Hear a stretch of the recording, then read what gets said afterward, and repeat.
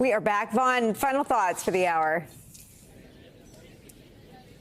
It's actually some hallway remarks that Donald Trump just gave. And I know that he gives hallway remarks every day, and a lot of it's repetitive, but we listen. Yes. And there is a quote here that he stated that caught my attention. And this is the quote.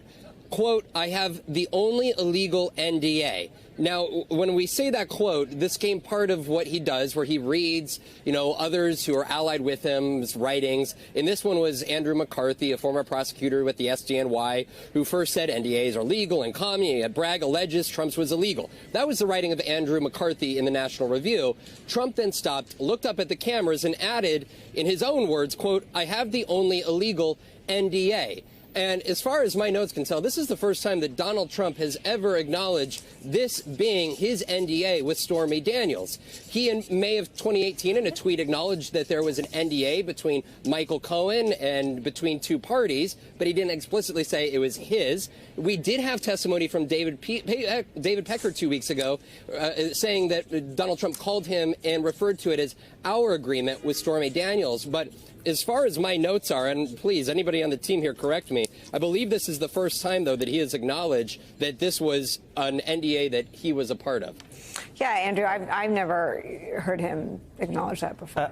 I haven't either, and I haven't heard what he said today. I wonder if he might have been referring to the gag order as opposed to the underlying. Well, there NDA. is this writing in the National Review saying there's nothing defending the legality of NDAs. But I think to Vaughn's point, he's never acknowledged being under one. Oh, absolutely. So I mean, the NDAs can be totally legal. There are components that actually at this trial, there are components that probably aren't okay, which is Michael Cohen's provision that he added about the $1 million penalty.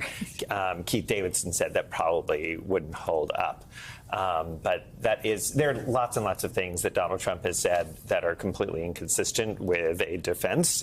We've pointed out his statements in California, where he said that I, in fact, reimbursed Michael Cohen for the hush money payments, which is completely at odds with Todd Blanche's opening, where he said that this wasn't a reimbursement of a hush money payment. So, this may be a continuation of that. My quick sort of take home today was, I thought on cross, something that Michael Cohen did that I thought was just sort of makes things very understandable. When the cross was raised about, you had thousands and thousands of phone calls, he said, yes, and some of them you don't remember exactly when they were, but you remember the substance of it.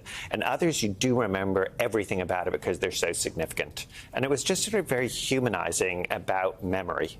Yeah, I think that's right. I think everyone can relate to that. I don't remember what I led with yesterday, but I think there are conversations that stick with you. And I also think you've got the banker, and you've got Pecker, and you've got Keith talking about how dire this situation was and how intense all these conversations were on this topic.